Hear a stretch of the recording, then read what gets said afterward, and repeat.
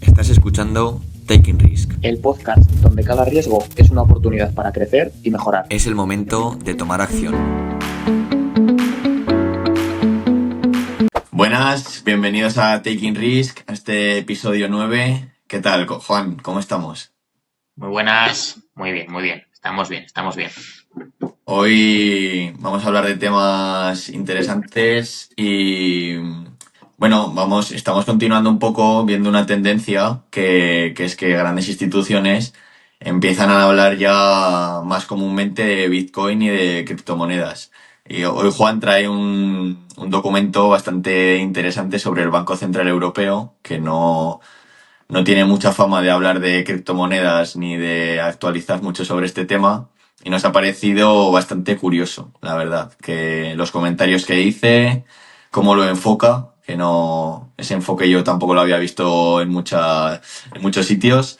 Así que lo vamos a desgranar, lo vamos a explicar. Y nada, Juan, cuéntanos un poco qué has estado analizando de ese documento. Pues a ver, es un documento bastante interesante. El objetivo, para variar, es desacreditar Bitcoin, pero en su intento por desacreditar Bitcoin nos da señales de que no dejan de ver su potencial como inversión, ¿no? Su revalorización a largo plazo. Entonces, sacado varios puntos, empieza criticando, bueno, Bitcoin, el creador es creador anónimo, su nombre es Satoshi Nakamoto, y el objetivo de Bitcoin era generar una plataforma de pagos entre personas sin intermediarios, es decir, sin necesidad de un banco o una pasarela de pagos que hiciera de puente entre dos personas, ¿no? Entonces, lo primero que dicen en este artículo es que eso no lo cumple. Mi opinión es cierto, no lo cumple porque es todavía muy volátil y caro y lento para poder procesar micropagos. Cumple otras funciones, pero esas en concreto no. Luego, para variar, este es el tópico de siempre, habla de Bitcoin como burbuja y dice que los economistas, que son esas personas que nunca se equivocan, ven a Bitcoin como una burbuja. Bueno, no hay mucho más que comentar. La burbuja la llevan viendo desde los $3. Estamos en 68.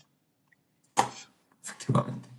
Y aquí es donde ya empiezan a dar señas de los problemas que ellos ven, ¿no? Que ellos prevén en relación con el incremento de precios que esperan que tenga Bitcoin a futuro. No te lo dicen, pero se lee entre líneas, ¿no?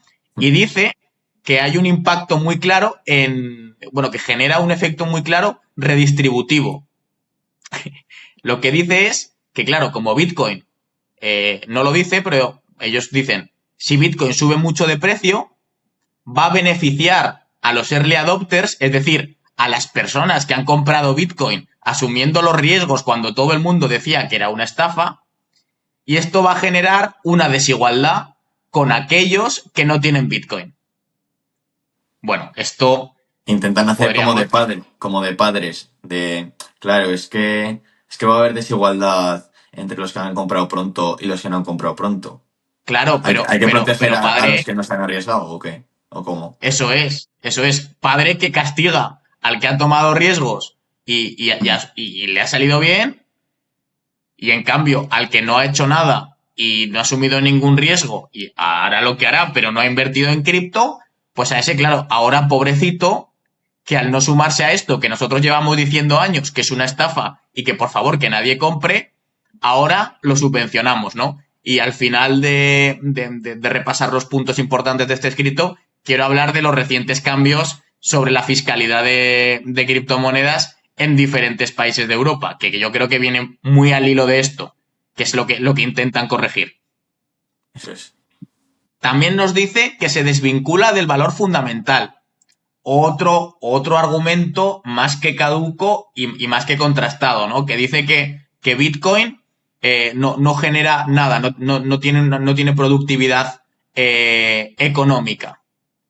Bueno, si analizamos bien lo que es Bitcoin no deja de ser un software, una empresa tecnológica que tiene un montón de hardware, o sea, tiene un montón de materias, de productos físicos que tienen un valor repartidos por todo el mundo, es decir, sería una empresa internacional de software con una base de usuarios millonaria y que captura un valor millonario también.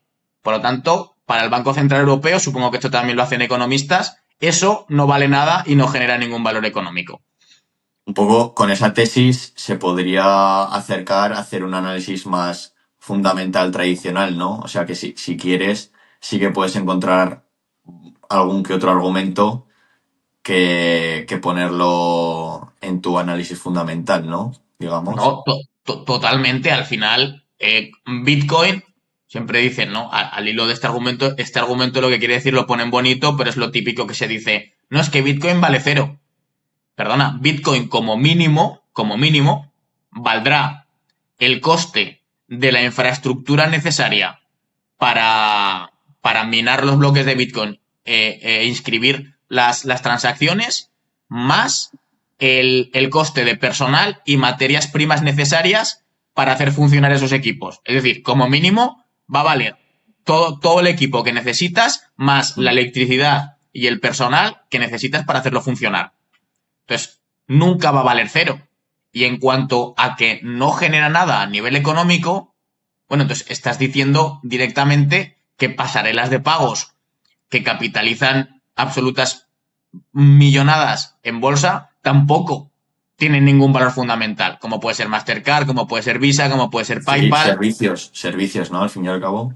Servicios de pagos, ¿no? Eso que es lo que es lo que es Bitcoin. Al final, Bitcoin en muchos momentos, sobre todo en momentos de bull run, procesa más valor económico que estas empresas. Por lo tanto, otro argumento absurdo en contra de Bitcoin. Así como decía que el primero de que no cumple con el objetivo de Satoshi Nakamoto, en parte no lo cumple, y soy el primero en decirlo, y lo creo firmemente. Decir que Bitcoin no tiene valor fundamental, en mi opinión, es absurdo y es signo de un desconocimiento total hacia lo que es Bitcoin. Yo creo que esta perspectiva de ver ese análisis fundamental que puede entender igual los más tradicionales dentro del sector, yo creo que es una perspectiva bastante lógica, ¿no? Al final, para crear todo ese Bitcoin hay cosas materiales que la gente puede ver y que están ahí, que puede darle otro enfoque y decir, hombre, claro, es que en realidad hay que ver Bitcoin desde otra perspectiva y no decir que solo se basa en oferta y demanda y que no hay nada detrás, ¿no? Sí, el argumento es oferta, demanda y escasez, ¿no? Porque sabemos que hay un suministro total máximo y que poco a poco se van generando bitcoins. Pero sí es como tú dices. Al final también hay empresas dentro del ecosistema que sirven al funcionamiento de Bitcoin. O sea que este argumento más que desacreditado, ¿no? Entonces, Okay, sí. luego también habla que hay una influencia política y sobre la regulación, ¿no? Desde el punto de vista en que las personas que estamos en cripto o que desarrollamos algo en cripto, siempre vamos a buscar aquel dirigente o aquel político que tenga una visión más amigable o que tenga el objetivo en el desarrollo económico y tecnológico de su país a la hora de lanzar el voto, ¿no? Entonces, pues tiene sentido, igual que un ganadero votará al partido o al dirigente que le interese, ¿no? Que beneficie su sector, ¿no? Entonces aquí, y esto lo cito textualmente, la conclusión que dan es: Bitcoin tiene efectos redistributivos negativos si su precio va al alza, y este fenómeno podría generar problemas económicos y sociales al enriquecer a los primeros poseedores a costa de los que se sumen al mercado más tarde o nunca. Pero no es a costa. Es que ahí pues. No, es a costa, no es a costa de eso, ¿no? Claro, para empezar, aquí ya vemos que lo que nos dicen es: tenemos miedo de que la gente que ha comprado Bitcoin pronto, que probablemente simpatice con la ideología detrás de Bitcoin, ¿no? Que es una ideología más anarcoliberal, en contra del control estatal, de la moneda fiat. Tenemos miedo de que esos ganen mucho dinero mientras que los otros no lo ganen, ¿no? Entonces, aquí primero están dando por hecho que el Bitcoin va a subir más de lo que ya ha subido y que va a generar ese impacto. Lo que no dicen es cómo ellos prevén o quieren suplir este impacto que ellos consideran negativo en la economía. Y aquí es cuando viene las políticas que se están llevando a cabo en diferentes países en Europa, que además han sido esta semana, muy perjudiciales, ¿no? Un ataque directo, un desincentivo directo Sí, a sí, sí. aquellas personas que ya han invertido en Bitcoin o que quieren invertir, ¿no? Teníamos a Italia, que si no recuerdo mal, subía los impuestos sobre Bitcoin, no sobre ningún otro activo, ni sobre ninguna otra ganancia de capital, sobre Bitcoin y criptomonedas, del 24 al 42, si no recuerdo mal. Efectivamente, sí, la semana pasada lo veíamos. Y en Dinamarca llevaban a votación, desconozco si está aprobado ya, un impuesto sobre las ganancias no realizadas en Bitcoin y criptomonedas. ¿Qué quiere decir sobre las ganancias no realizadas? Que tú compras un activo, no lo vendes, lo mantienes en tu portfolio de inversión y cuando acaba el año fiscal, Dinamarca te dice, dame un 42% de esto. Por lo tanto, lo que vas a tener que hacer va a ser liquidar esa posición si no quieres pues descapitalizarte, ¿no? Y pagar con el dinero que ganas de tu trabajo. Por tanto, otro desincentivo más. En este caso, ya no solo es un desincentivo para no comprar, sino un incentivo para vender, porque dices, si me vas a cobrar igual, si aunque no lo venda me lo vas a cobrar, Claro. yo vendo directamente, te pago los impuestos y luego ya volveré a comprar, ¿no? Es hacer ese reset constante anual si es que quieres estar expuesto a Bitcoin. Entonces, vemos junto este escrito, este estudio, junto con las políticas que se están llevando en algunos países de Europa, vemos un poco ya empiezan a asomar la patita cuál es la idea que lleva Europa o algunos países europeos respecto al impacto que tiene Bitcoin y el beneficio que puede generar pues aquellos que confiamos en una alternativa al sistema monetario tradicional. Es que a mí lo de tener que tributar por las ganancias no realizadas me parece algo que de una gravedad extrema, porque para que la gente lo entienda con un activo tradicional como puede ser un inmueble, tú imagínate que tienes un segundo inmueble alquilado o lo que sea, y que a final de año tienes que realizar una tasación para ver si se ha revalorizado o no ese inmueble. Por ejemplo, te costó 100.000 euros, a final del año cuesta 150.000 y por esos 50.000 de plusvalía que has tenido, aunque no, que se ha revalorizado simplemente por tenerlo, tuvieras que tributar por esos 50.000 de un piso que tienes y que no has vendido ni has hecho nada. O sea, para que la gente se ponga un poco en contexto, la salvajada que son este tipo de medidas, que también lo veíamos en algunos apartados de la campaña de Kamala en Estados Unidos, que iban por ese lado. Eso, fuera parte de ideologías y de todo lo de todo lo que quieran los oyentes, me parece una salvajada porque que se imaginen que lo hiciesen con todo tipo de activos, no solo con criptomonedas. Imaginen que se ponen, pues eso, con las ganancias no realizadas en bolsa, en otros tipos de mercados alternativos, sería una masacre, o sea, no sería viable. Sería un Claro, es que saqueo a la sociedad terrible, vamos. claro, aquí hay yo creo que dos cuestiones importantes. La primera es que este tipo de impuestos carecen de sentido económico, ¿no? Al final, un impuesto grava un beneficio, ¿no? Si tú no has materializado ese beneficio, ¿por qué vas a tener que tributar por él, ¿no? Esta es el razonamiento económico y luego o sea, está más que claro que el trasfondo detrás de esto es puramente ideológico. En España lo vemos y en otros países lo vemos. Al final, en España sobre todo y en Europa. En Estados Unidos no tanto, por eso me sorprendería que se llegara a aplicar. Y es que aquella persona que mantiene activos financieros, aparte de su trabajo, se considera como si fuera rico, un especulador, se le ataca, se le persigue. Entonces, es una forma de persecución, bueno, para ellos ideológica, pero no necesariamente, porque independientemente de tu ideología, tú puedes Tú puedes ser muy consciente del problema que supone la inflación y de la necesidad real que es Sí, la sí, inversión. Y este tipo de cosas te obligan a tomar decisiones que no son racionales y que no corresponden a un subyacente económico, como te decía. No tiene sentido que un beneficio que no se materializa, que no repercute en tu patrimonio directamente, Mm. se grave. Tenemos el ejemplo de los fondos de inversión. Tú puedes cambiar de un fondo de inversión a otro sin tributar, según la normativa española. En el caso de cripto ya hay una cosa que no nos gusta y que nos pone en desventaja junto con otro tipo de activos, que es que la permuta entre activos también tributa. Pero bueno, si además de eso te añaden que independientemente de la permuta, esa ganancia no realizada también te genera un impuesto extra, el inversor lo que va a hacer es vender su portfolio y el 1 de enero volverá. O sea, no va a haber va a ser todavía más un mercado más especulativo y más a corto plazo, porque nadie va a aguantar sus activos a largo plazo. Nadie. Claro, porque claro, sería difícil tener esa liquidez para ir pagando los impuestos sin tener que liquidar esas posiciones. Claro, sería Claro, lo más normal.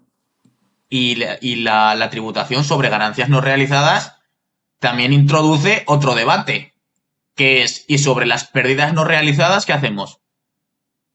Entiendo que también, o no, no lo sé. Claro, ese es el tema, que solo se habla de las ganancias realizadas, pero si yo tengo un inmueble que me han metido una obra enfrente y ahora vale la mitad, ¿qué hago? Si yo estoy invertido en la bolsa iraní y bombardean y rompen todo mi tejido productivo y Sí, sí. tengo la inversión en menos 50%, pero sin embargo tengo criptomonedas que estoy un 80% arriba, ¿qué hacemos? ¿Neteamos no realizadas? Es que es absurdo, suena absurdo. Suena Sí, sí, absurdo. sí. A ver, esas medidas, yo creo que es complicado que se lleven a cabo, yo creo, porque al fin y al cabo el mundo este de las inversiones, la bolsa y las criptomonedas está muy extendido, no es solo de unos pocos ya. Entonces es un poco arriesgado tomar esas políticas porque igual te dejan de votar, básicamente, No, ya no ¿no? es que te dejen de votar, es que al final el perfil de un inversor cripto es lo normal, es que se dedique a un trabajo online, que tenga la facilidad o la motivación de moverse por el mundo. Por lo tanto, si hay inversores en Dinamarca, en cripto, o en Italia, cuando aprueben estas políticas, ¿qué van a hacer? Pues te mueves a Lugano, en Suiza, te mueves a Estonia, te mueves a Chipre, te mueves a Georgia, te mueves a Dubái, te mueves a jurisdicciones donde se te proteja como inversor y donde puedas disfrutar de tus beneficios, porque no se nos olvide que esos beneficios responden única y exclusivamente a tomar riesgos de forma personal, sin que el Estado te proteja en Sí, ningún sí, caso. al revés. Entonces, si ya los impuestos carecen en muchos casos, en mi opinión, de un trasfondo moral, en este caso todavía mucho más. Porque al final lo que están haciendo, se habla mucho, ¿no? Está muy de moda la discriminación y esto no deja de ser una discriminación hacia un porcentaje de la población que cada vez es más grande y que al final ha tomado decisiones por su cuenta en un contexto regulatorio X y ahora lo cambias de forma radical haciendo esa inversión mucho más perjudicial, ¿no? Entonces, si de verdad lo que quieres es solucionar esta redistribución de la riqueza, este problema que según ellos genera en el ámbito social y económico, lo que tienes que hacer es al revés, es incentivar a quien no tiene Bitcoin a que compre Bitcoin, ¿no? No al revés. Ya, ya. Pero que Sí, esté, es que un esté, poco... Claro, como unos no tienen, pues otros que se fastidien si tienen, ¿no? En vez de al pero es revés. que esto, o sea, vamos a hablar también, claro, de esto que ellos identifican como un problema, que es no. Como tú has comprado antes y está subiendo, ahora tienes una ventaja. Para empezar, es una ventaja puramente meritocrática. Es decir, no parte de información privilegiada ni parte de a dañar a otra persona. Pero es que además pasa con todos los activos del mundo. Claro. O sea, si tú compraste SP500 hace 20 años, también estás en una mejor posición que yo que voy a ir a comprar ahora. Sí, sí, sí, En sí. España se ve mucho. La generación de nuestros padres y de nuestros abuelos se compraban un piso con 2 cabras y un vaso de leche. Y ahora nosotros tenemos que pagar el piso más pequeño en una ciudad medianamente decente. Te cuesta 100.000 euros con hipotecas al 3,25 y págalas, ¿no? Con nóminas y salarios que han perdido muchísimo poder adquisitivo desde aquella época. Entonces, realmente eso es así en todos los activos del mundo porque el mundo se ha ido desarrollando y siendo cada vez más productivo y más rico. Entonces, bueno, por esta regla de 3, no puedes discriminar a Bitcoin. ¿Por qué lo discriminas? ¿Cuál es el motivo real detrás de eso? Pues el motivo real, en mi Es que no lo opinión, pueden controlar. es ideológico y filosófico. Es el trasfondo de esto. Oye, y quería tocar una parte que has dicho al principio de promesas no incumplidas de Bitcoin, porque siempre Bitcoin, depende en qué situación, no cumple ni que sea un método de pago, ni que sea reserva de valor, ni que sea... O sea, es como que hay diferentes excusas para decir que Bitcoin no cumple ninguna promesa que tenía. ¿Podemos repasar un poco cuáles eran esas promesas de Bitcoin? Sí, a ver, O... al final, el white paper de Satoshi Nakamoto, ¿Mm? lo único que dice es que busca generar una pasarela de pagos peer-to-peer, es decir, persona a persona, sin que tenga que haber un intermediario, como es ahora que cuando tú pagas con tarjeta, tiene que haber un banco, tiene que haber Sí. un Mastercard, un Visa, un PayPal que gestione ese pago. Y eso lo cumple y funciona, porque Bitcoin funciona sin ningún intermediario, funciona de forma descentralizada, con diferentes nodos, diferentes mineros que ponen sus equipos al servicio de la red. Ahora Vale. bien, posteriormente se le ha ido comparando con la moneda fiat, ¿no? Que esto es de primero de economía, que habla pues de eso, que ¿Mm? sea unidad de cuenta, medio de pago y reserva de valor. Vale. Entonces, en esas tres, la reserva de valor la podría cumplir, aunque con mucha volatilidad, es decir, mantiene tu poder adquisitivo, pero a largo plazo y con mucha fluctuación, ¿no? Es lo que entendemos por volatilidad. Podríamos decir que la cumpliría en un 50%. Unidad de cuenta podría cumplirla, ¿vale? Porque Bitcoin es subdivisible hasta en 8 decimales. Por lo ¿Mm? tanto, con esa numeración podría servir como unidad de cuenta. ¿Por qué no sirve? Por la volatilidad y porque nuestra economía está basada en el cálculo de precios fiat. Pero si pudiéramos migrar ¿Mm? esa valoración en términos de Bitcoin, podría funcionar perfectamente. En el que más falla, en mi opinión, es en el ser un método de pago. ¿Por qué? Porque la mayoría de los pagos que hacemos de forma diaria son micropagos, ¿no? Pues 10 euros por aquí, 5 euros por aquí, 15 euros por ahí. Y para hacer este tipo de pagos sigue siendo lento y relativamente caro. Además de que es muy volátil, por lo tanto, bueno, desde luego más volátil que las divisas fiat. Entonces, claro, ¿qué pasa? Que si tú vas a comprar una barra de pan y te cuesta 0,703 bitcoins hoy y mañana te cuesta Ya que- 0,0602, pues ese potencial como medio de pago se ve mermado. Pero la promesa de Satoshi se cumple, que es un sistema en el que yo te puedo mandar dinero a ti sin que haya un banco o una pasarela de pagos intermedia que pueda, primero, capturar esa información y, segundo, limitar o prohibir la transacción que quiero hacer con mi dinero. Que esto, y si alguien está en cripto, es el pan de cada día. Retirar dinero de tus exchange, el banco te pone problemas, vas a mandar dinero al exchange para comprar cripto, el banco te bloquea la transacción, te llaman de prevención de riesgos y te dicen, oye, que hemos visto esta transacción. Sí, la estoy haciendo yo con mi dinero a mi exchange. O sea, apruébamela, ¿no? Y esto es lo que buscaba evitar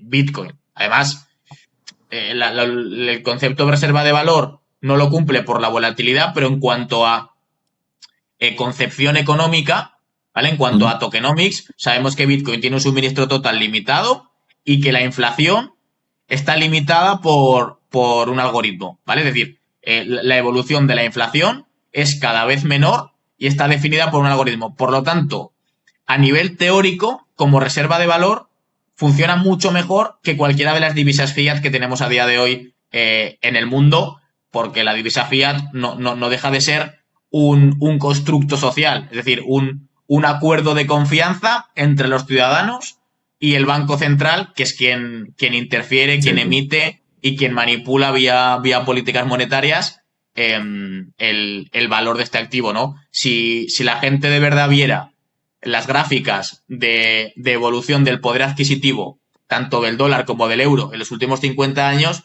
se darían cuenta que su poder adquisitivo se ha reducido en cerca de un 100% en cosa de 15, 20 años, ¿no? Sí, sí. Esto quiere decir que, imagínate, que tú heredaste 200.000 euros hace 20 años, bueno, hace 20 años, sí, hace 20 años, y ahora lo que tú te puedes comprar equivale a que hubieras heredado 100.000 euros. Por eso es tan importante la inversión y por eso a nivel filosófico y a nivel político a mí me parece tan importante que tengamos una alternativa económica al sistema monetario tradicional, porque es impuesto. Eso es lo que la gente tampoco entiende. O sea, tu euro, tú lo tienes, tú lo ahorras, tú lo trabajas, pero depende todo el impacto que hay sobre ese euro en cuanto a inflación, en cuanto a tipos de interés, lo que te cuesta la hipoteca. No lo decides tú, lo decide el Banco Central y muchas veces de una forma quizás que no es la más correcta, sirviendo a otros intereses que desde luego no son los tuyos como ciudadano y como ahorrador, ¿no? Entonces, eso es un poco... Básicamente que las bases de Bitcoin son estáticas y ya son y son conocidas. Entonces, no se puede imprimir más Bitcoin, no se puede crear más Bitcoin de la nada. Lo que hay es un suministro finito y ya está. Eso es lo principal que nuestros políticos no pueden modificar, ¿no? Claro. Y por eso es también objetivo de tantos ataques, ¿no? Tantos ataques, tantas prohibiciones, tantos desincentivos a la inversión. Entonces, bueno, por eso a mí me parece tan mal esto, ¿no? Porque la gente que ha invertido en Bitcoin a día de hoy es gente que ha sabido tener pensamiento crítico, ha sabido identificar que Bitcoin era una alternativa económica real y ha arriesgado su dinero a poder equivocarse.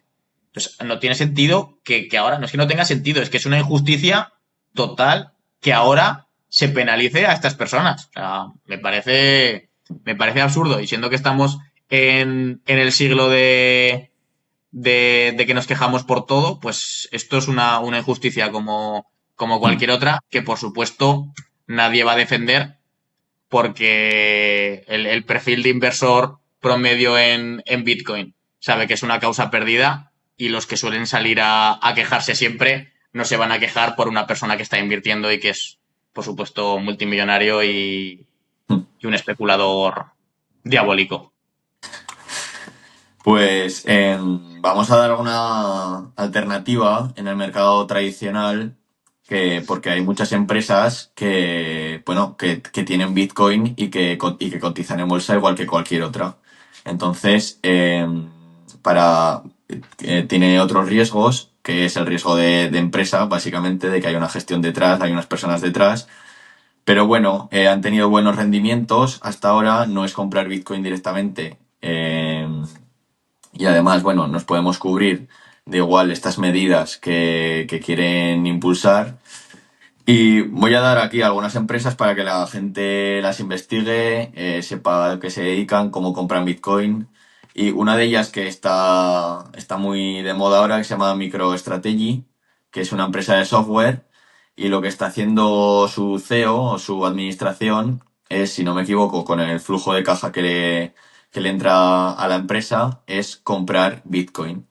Entonces, se ha convertido en una de las empresas que más Bitcoin tienen de todas las empresas cotizadas Y además esta semana veíamos que está rompiendo unos máximos históricos desde hace 25 años.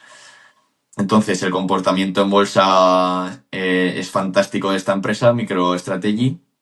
Vemos que a la gente le está gustando mucho que todo ese flujo de caja se invierta en Bitcoin y bueno, vemos ahora una gráfica disparada que, bueno, pueden analizar la empresa y ver que es bastante interesante el modelo de negocio aparte del software que están teniendo, ¿no? Y Aquí, luego, deja un momento que haga un matiz. No es que solo invierta en el flujo de caja, mm, sino que el CEO lo que hace es periódicamente emite notas convertibles de deuda, consigue mm, financiarse la última ronda que cerró, que la cerró hace 2 o 3 meses, la consiguió cerrar al 0,2% de interés. Entonces levanta rondas millonarias de deuda, de notas convertibles con acciones y con ese dinero compra vale. más Bitcoin. O sea, ya no solo es el flujo de caja que tenga la empresa, sino que emite deuda protegida con emisión de acciones, es decir, si no pueden devolver la deuda, pues emiten acciones y cubren esa nota convertible y con Mm. eso compran Bitcoin. O sea, ya extra de su negocio, ¿no? Para comprar más Bueno, Bitcoin. es que MicroStrategy, su negocio, yo creo, su negocio, su actividad principal, hace tiempo que dejó de ser el software y pasó a ser A comprar holder Bitcoin. de Bitcoin. De hecho, el otro día salía que había conseguido superar a Microsoft en cuanto a beneficios históricos Solo con las subidas de Bitcoin, ¿no? con las subidas de Entiendo. Bitcoin, efectivamente. Es interesante. Invitamos a que las personas, o sea, los oyentes, analicen este tipo de empresas que son interesantes. Y luego también, hablando un poco de ese ecosistema que hay detrás de Bitcoin, para que la gente se crea que de verdad existen esos ordenadores que minan Bitcoin, hay empresas mineras que cotizan en bolsa, que hemos hablado alguna vez, y que son muy interesantes porque obviamente todo ese Bitcoin que minan, pues una gran parte de ese Bitcoin está en la empresa. Vamos, básicamente lo crean ellos. Y voy a dar un par de mineras, una es Marathon Digital Holdings y otra es Riot.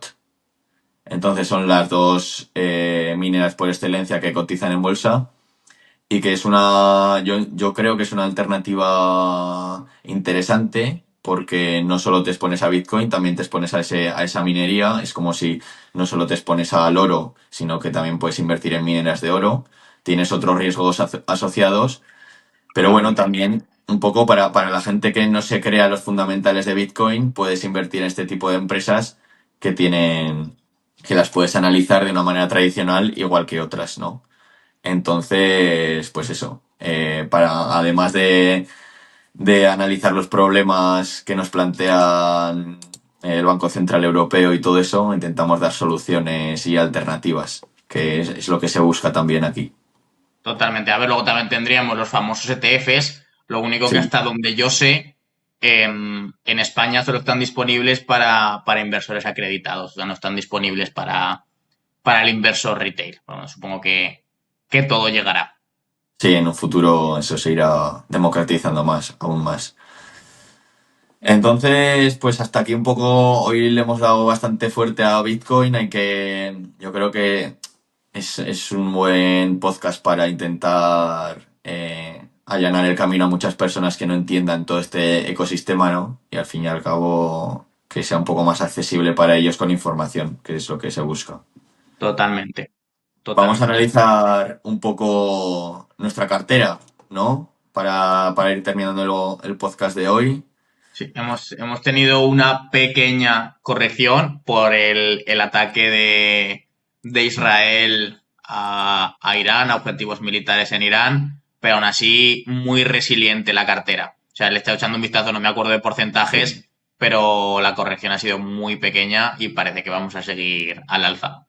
Sí, ahora estoy mirando, estábamos en un 11,6, la semana pasada creo que era un 12 y algo, o sea que fantástico el comportamiento. Luego China está aguantando muy bien, sí que tuvo esa corrección porque, bueno, a la gente le entró los temores porque Xi Jinping tampoco aclaró muy bien cómo iba a ser ese estímulo, pero bueno, está aguantando muy bien. Bitcoin es la segunda en nuestra cartera, con un 20% que le llevamos ya.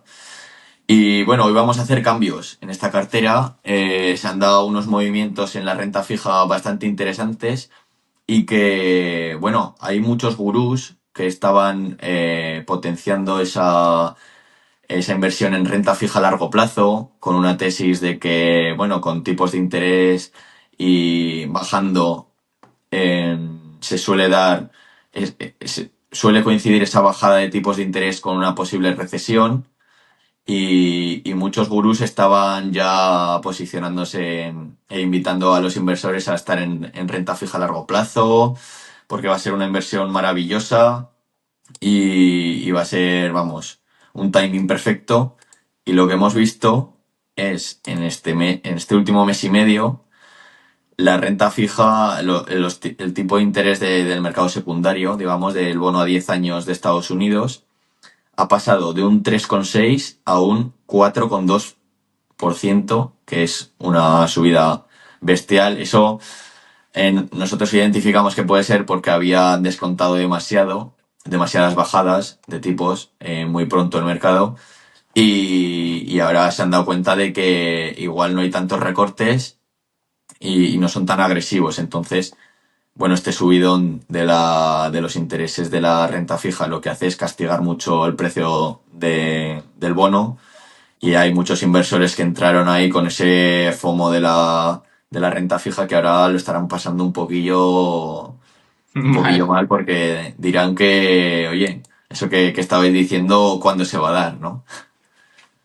Bueno, entonces, Entonces, lo que vamos a hacer, nosotros teníamos un fondo monetario a corto plazo, pero viendo estos cambios que comentaba Marcos y que después de este repunte sí que creemos que las posteriores bajadas de tipos van a afectar a los tipos de los bonos a largo plazo, que va a suponer una revalorización de los bonos que se compren ahora, porque van a estar a un tipo de interés superior. Lo que vamos a hacer es cambiar de ese fondo monetario de deuda a corto plazo a un fondo de deuda a largo plazo. ¿Vale? Este es el cambio que vamos a hacer, que pues con visión a medio largo plazo y ahora sí que sí ver esa corrección en los tipos de interés.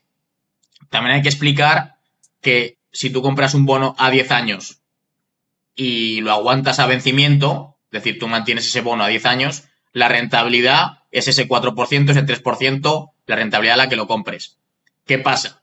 Que si tú compras ese bono y por lo que sea siguen subiendo los tipos de interés y tú necesitas esa liquidez, que esto ya da para otro podcast entero, pero fue un motivo por el cual hubo una mini crisis bancaria el año pasado en Estados Unidos y era porque tenían gran parte de su capital en bonos a tipos de interés cero y estaban subiendo progresivamente. Entonces ahora tenían unas pérdidas latentes enormes. Entonces, bueno, la idea es esto, ¿no? Comprar ahora un fondo que tenga exposición a renta fija a largo plazo para una de dos, como mal, nos quedamos con ese 4% de interés y como bien, bajan los tipos de interés, se revalorizan mucho los bonos y si queremos salir del fondo, pues vamos a tener ahí también una plusvalía interesante. sí. Sí, porque creemos que tampoco puede tener mucho más desarrollo al alza estos tipos de interés porque Eso estamos en un es. contexto de bajada de tipos. Entonces, creemos que ha ajustado lo suficientemente al alza como para no tirar mucho más para arriba. Entonces, esa es un poco la idea. Y lo que comentabas que es importante, que a veces los nombres nos confunden mucho en economía, que es muy importante que la renta fija es eso, solo es fija si coincide la duración del bono con la duración que tú quieres mantener. Es Eso es. importante que lo expliquen bien.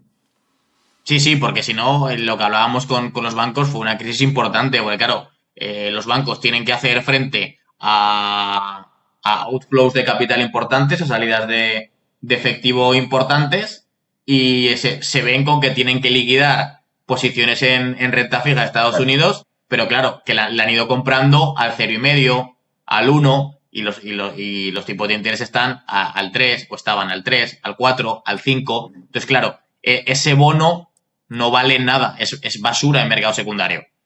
Claro, porque nadie te va a querer comprar un bono que te da una rentabilidad del 0,5%, siendo que si tú lo compras ahora mismo te da un 3,5%, básicamente. Ese es el razonamiento, es economía, pero es sentido común. Sí. Vale, pues perfecto, nada, con este apunte de renta fija terminamos. Como es un podcast de contrastes, ¿eh? Empezamos con Bitcoin y terminamos analizando brevemente renta fija. Hay que tocar un poco Sí, todo. sí, sí. Así es, Genial, y yo creo Juan. que también que es lo bonito de movernos también en diferentes activos y buscar las sinergias entre ellos y sobre todo pues que la gente que nos escucha, nuestros oyentes, vean un poco más allá del abanico de activos que se suele ver en redes sociales, que Sí, es o SP500 o meme coins, ¿no? Entonces, pues ver un poco la visión que aglutina todo y que profundiza en lo que de verdad es importante en cada uno de los tipos de activos. Yo creo que es nuestra idea y que lo estamos consiguiendo poco a poco. genial, Juan. Pues nos vemos el lunes que viene. Que vaya muy bien la semana y seguimos por aquí, ¿vale? Y a ver si tenemos nuevos máximos en la cartera. Esperemos. Un abrazo. Otro para ti, hasta luego.